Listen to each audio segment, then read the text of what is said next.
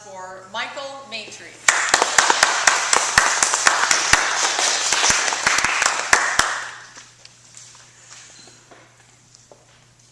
Ladies and gentlemen, fellow Toastmasters, Madam President, as I think about servant leadership, I think about trying to find ways to get back to your altruistic self.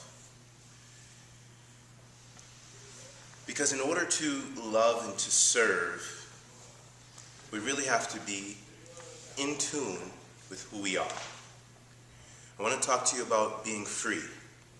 And being free means being yourself. Sometimes we find ourselves saying, "Oh, I'm not acting like myself right now." If you have to act like yourself, guess what? You're not being yourself.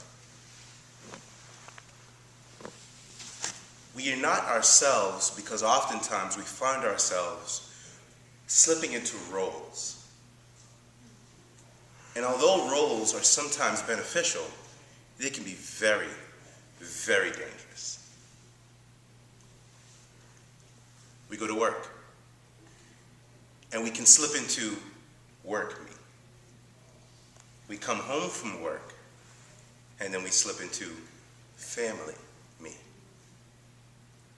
We go out, and we social, and we slip into, oh, this is social me. We come to Toastmasters, and we slip into articulate, distinguished Toastmaster me. We get into arguments, fight, and then become too prideful to admit that I'm wrong, me.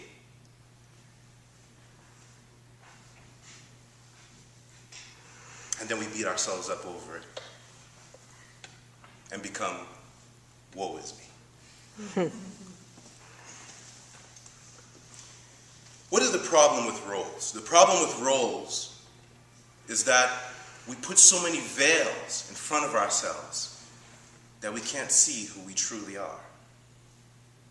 And once we begin to push through those veils and discover ourselves, we come to find that who we really are has nothing to do with those roles.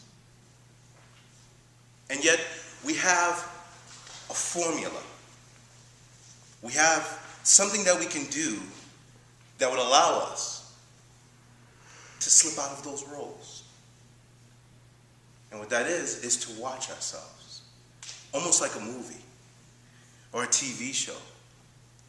You see, if we become the observer and we observe ourselves, we can observe ourselves in these roles.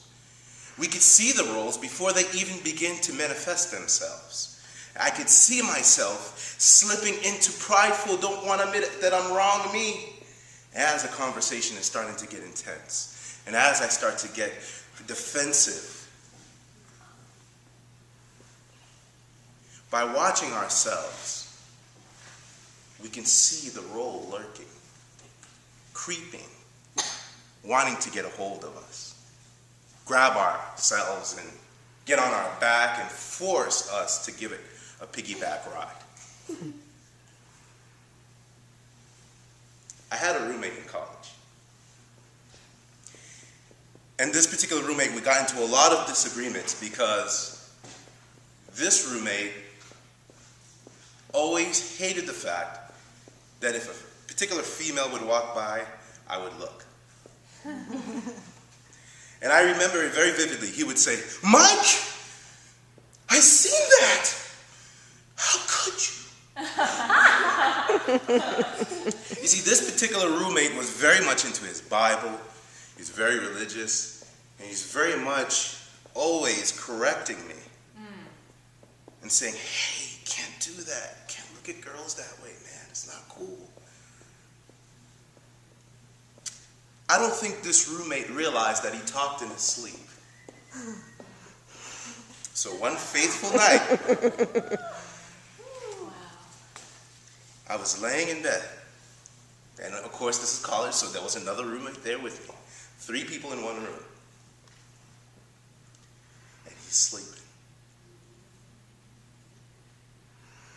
And then all of a sudden, in the clearest voice, I hear my roommate say,